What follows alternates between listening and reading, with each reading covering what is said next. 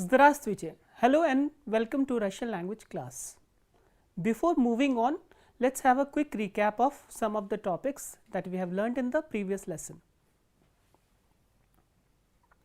If you remember, in the previous lesson we have done the construction skolka stoit and skolka stoyat, how much is or how much are, and we have used if nominative singular it would mean a singular thing, how much is, and if we use plural nominative plural it would mean how much are.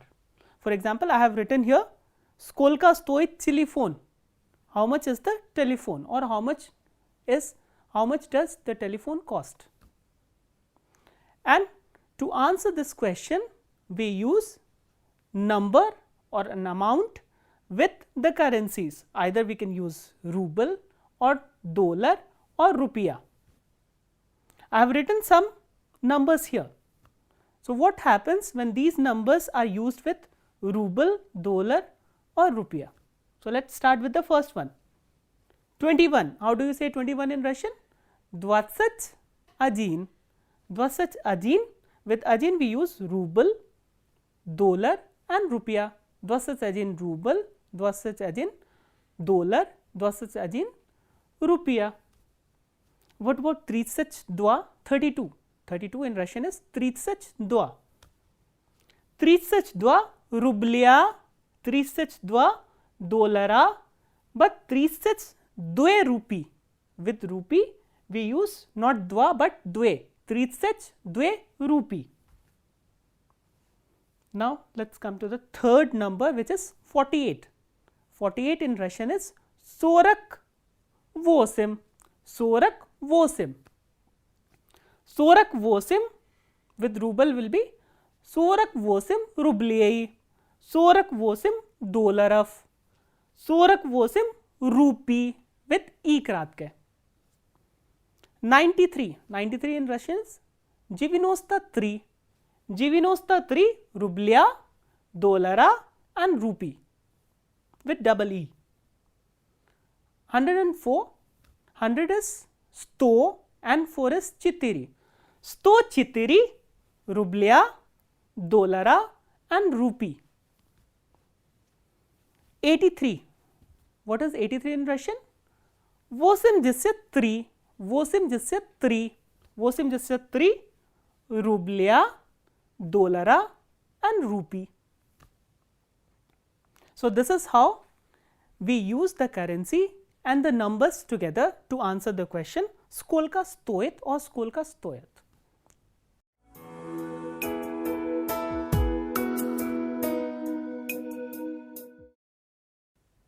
We have already discussed what are demonstrative pronouns and how they are defined and how they are used in Russian. Now we will discuss how they are used in the prepositional case. For this I have written the nominative case form of the demonstrative pronouns etat, which means this, and tot, which means that, and then its prepositional counterpart. So, how do etat and tot change in the prepositional case? The first I have written masculine form of the demonstrative pronouns etat and tot. Etat dom, this house, tot dom, that house. So, how do we change etat and tot if we use them in the prepositional case? I have written here a preposition ver, which means in, for reference that it is in the prepositional case form. So, etat becomes etam, vetam dome in this house, and tot becomes tom, tom dome in that house. And this is the masculine form of the demonstrative pronouns etat and tot. Let us take the feminine forms of etat and tot. The feminine of etat is eta with a, and of tot is ta. Eta komnata, ta komnata, this room and that room. So, what happens when eta komnata is used in the prepositional case? It becomes etai komnache. So, eta has changed to etai and komnata komnache. Ta changes to toy komnace. So eta, etai, ta, toy. So let's take the neuter gender form of the demonstrative pronouns. The neuter gender form of etat is eta and neuter gender form of tot is to. Eta pismo, to pismo. So when we use eta and to in the prepositional case, they become etam, it's similar to the masculine form, and to becomes tom, it is also similar to the masculine form. So eta becomes etam in the prepositional case and to becomes tom in the prepositional case. Let us discuss the plural forms of the demonstrative pronouns. So what is the plural of etat, nominative plural of etat? Ethi, ethi dama, these houses. And what is the nominative plural of tot?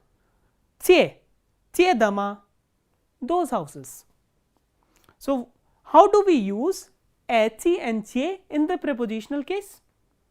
Ethi becomes echich, vechich damach, in these houses, and chich damach, in those houses. So this is how we use the demonstrative pronouns in the prepositional case. Etat becomes etam, tot, tom, eta, etai, ta, toi, eta, etam, to, tom, eti, etich, tie, tiech.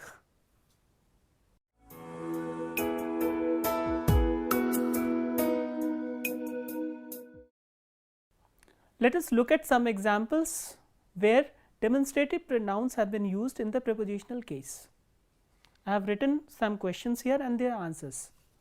В каких домах живут Rakesh и Mohan? В каких домах живут Rakesh и Mohan? In which houses Rakesh and Mohan live? Rakesh живет в этом доме, а Mohan живет в том доме. Rakesh lives in this house and Mohan lives in that house. So here we have used etat and tot in the prepositional case. So etat has become etam and tot has become tom. This next question, в каких зданиях живут ваши друзья? В каких зданиях живут ваши друзья? In which buildings your friends live? So which buildings your friends live in? And how do you answer this question? Again I have used the demonstrative pronoun etat.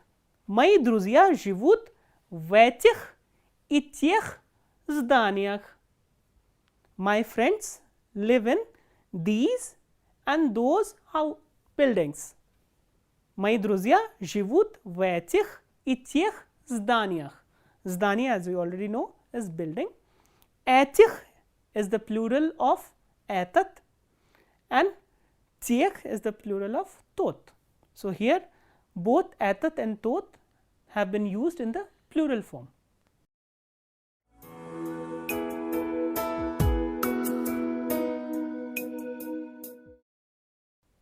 Our next topic is the accusative singular of nouns. So before discussing accusative singular of a noun, let us discuss the transitive verbs. So how do you define a transitive verb? Transitive verbs are verbs which require a direct object in the accusative case. Direct object can be a noun, pronoun or a noun phrase. And these direct objects, they answer to the questions что and кого. Что denotes or define the inanimate nouns and кого animate nouns. I have written some verbs, some transitive verbs here. Some of them answers to the question shto, and some of them answer to the question shto as well as kavo. What or whom? The verbs that answer to the question shto are chitach, chitach you already know, to read, pisach, pisach to write, uchit, uchit is to learn, izuchach again is to learn, gatovit is to prepare. So, when we add a direct object after these verbs, the meaning becomes complete. For example, chitach shto, shto vichitaiche, ya chitayu raman, I am reading a novel, ya chitayu raskas, I am reading a short story, and so on. The same way, pisach shto, ya pishu pismo, I am writing a letter, uchich ya uchu slava, I am reading, I am learning words, and so on. The same way, vidit, vidit is to see, znach is to know, lyubit, lyubit is to like or to love, panimach is to understand, slushach is to listen, slishach is to hear. So, these verbs can take either an animate noun and inanimate noun after them. Vidit can have shto, vidit can have kavo. I mean, they can answer shto also and kavo also. So, let us do some examples with these verbs.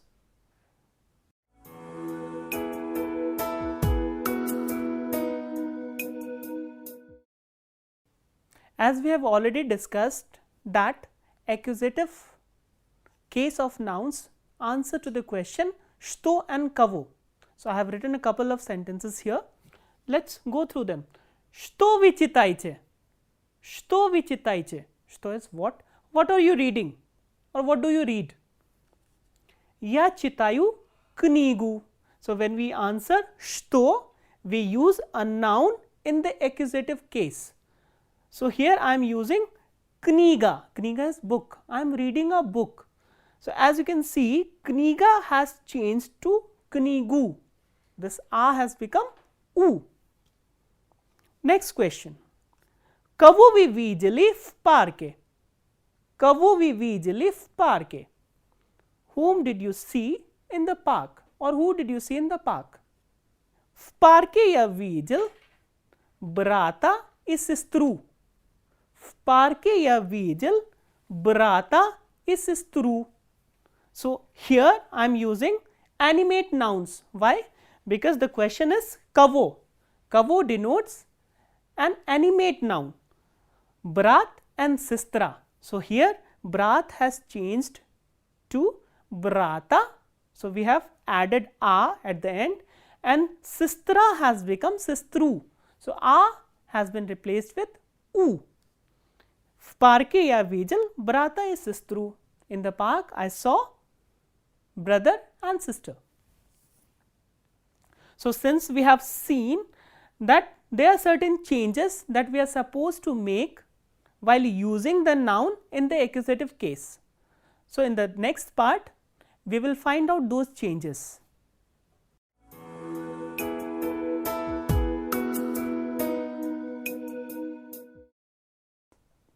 In those nouns, the inanimate masculine and neuter gender nouns are there, which do not change their form in the accusative case.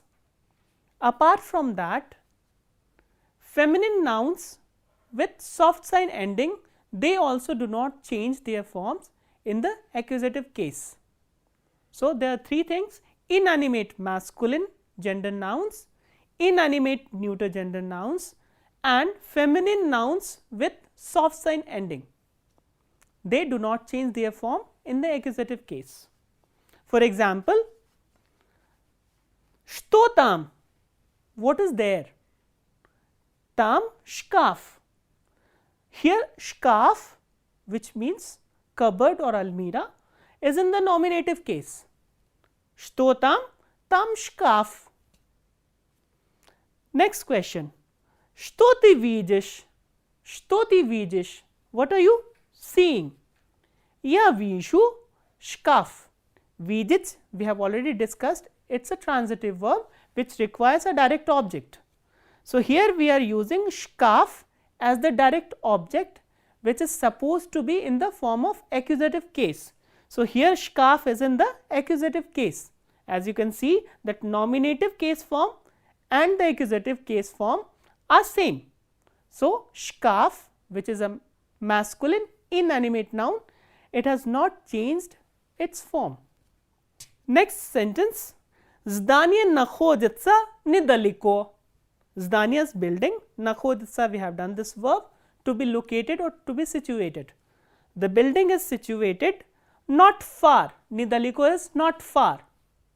So, here здание is the subject, which means it is in the nominative case. Let us move on to the next sentence.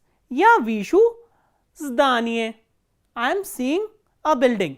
So, here again I am using this zdanie after a transitive verb, which means it is a direct object. And as you can see, zdanie in the accusative case and in the nominative case is same. So, both the forms in the nominative case as well as in the accusative case are same. So, that is why inanimate neuter gender nouns, they also do not change their form in the accusative case. The third category was feminine nouns with soft sign ending. Я вижу мать. Я вижу мать. I am seeing mother. So, mother here is the direct object in this sentence or in the accusative case. As you can see, mать in the nominative case also is the same. So, the feminine gender nouns with soft sign ending, they also do not change their form in the accusative case. So, now we will learn the nouns which change their forms in the accusative case.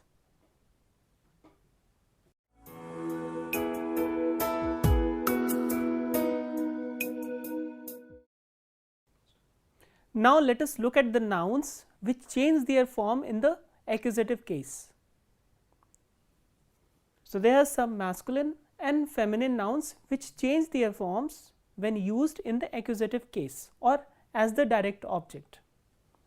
So, here is the nominative case forms of those nouns and here is the accusative case forms. I have written the questions to which these nouns answer. Кто is who and что is what.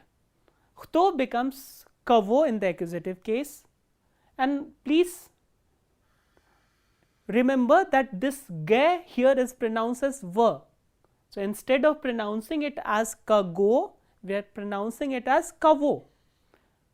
Kavo is whom and что is what.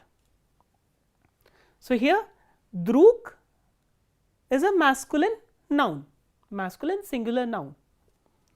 Drug in the accusative case becomes druga.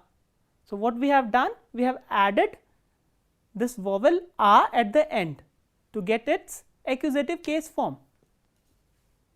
Similarly, student, which is again a hard consonant ending noun, masculine noun, has become studenta. So, again we have added a at the end. Отец, отец is father or papa. Отец, again we have added an additional vowel a, and apart from this we have removed this ye. So, whenever you come across this word отец, you have to make the necessary changes.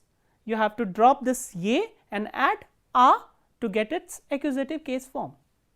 Next is a soft ending masculine gender noun, which is Pripadavachal. Pripadavachal is a teacher. So, if the noun is a soft ending noun, what are we supposed to do to get its accusative case form? We have to add ya. So, instead of adding a, which is a hard vowel, we add ya, which is its soft counterpart. So, if the noun is a hard ending noun, we add a. If the noun is a soft ending noun, we add ya in the masculine gender nouns. And please remember, we are talking about the animate masculine nouns.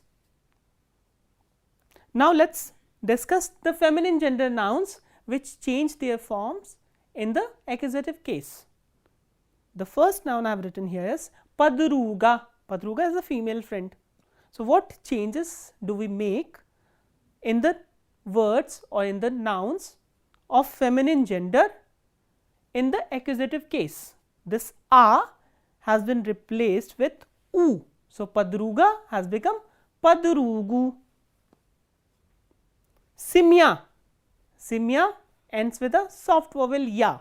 So, if a noun, feminine gender noun, ends with a soft vowel, we replace this soft vowel with again a soft vowel u. Simyu. Simya, Simyu. Auditoria. Auditoria, auditorium or a hall or a classroom. Auditoria again ends with a soft vowel ya. So, we will replace this ya with u. Auditoriu. So, what changes do we do in the masculine and feminine gender nouns? In masculine, we add a, which is a hard vowel, or ya, which is a soft vowel. So, if the noun ends with a hard ending, then we add a, and if it is a soft ending noun, we add ya. Similarly, if a feminine gender noun ends with an a, which is a hard vowel, we replace a with u, which is again a hard vowel. And if feminine gender noun ends with a soft vowel ya, then we replace ya with again a soft vowel u. So, a is replaced with u and ya is replaced with u.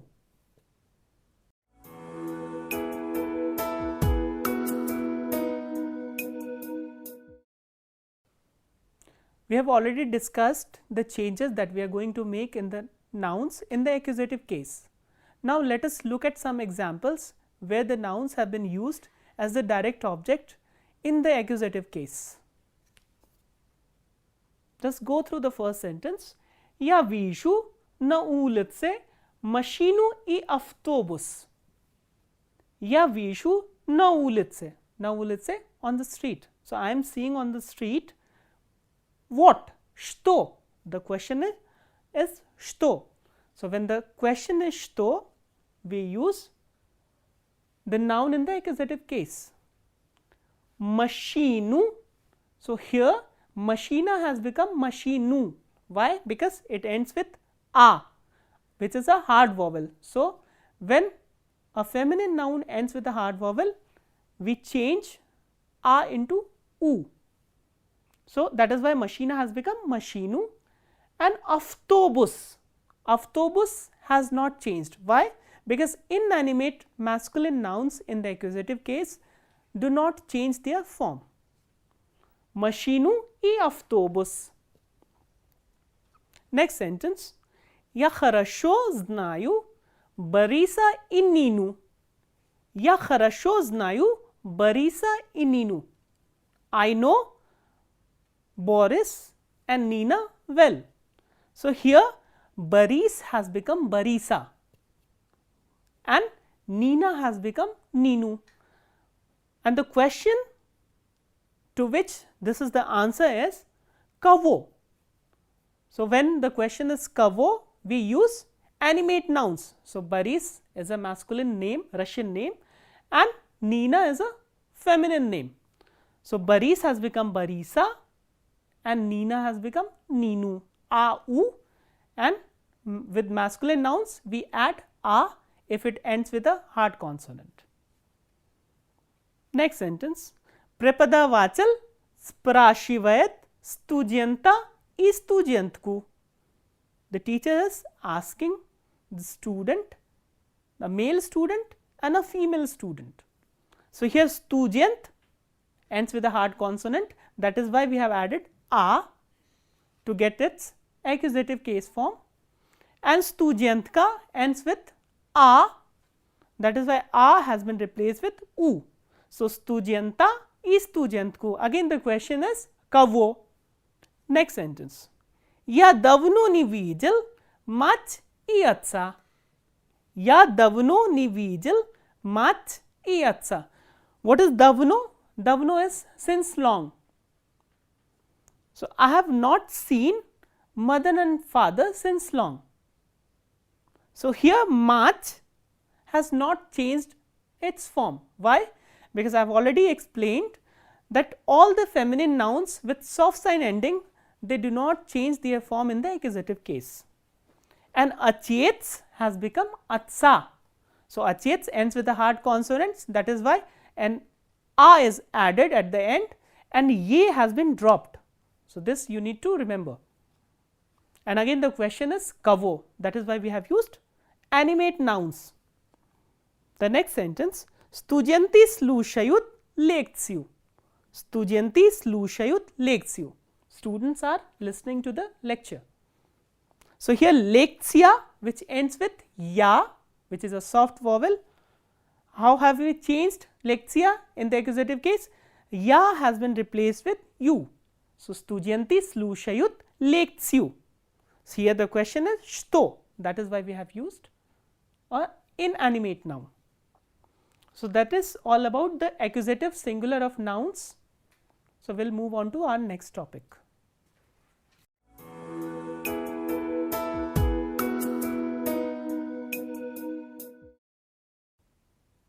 Now let us learn a word kashti.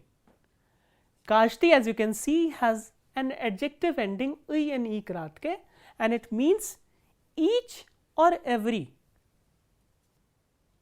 Since it is an adjective ending word, it also changes as per the gender and number of the noun it is used with. For example, kashti student. Student here is singular and masculine, that is why we have used kashti. Kashtaya studentka. Studentka is a feminine gender noun, that is why we have used kashtaya.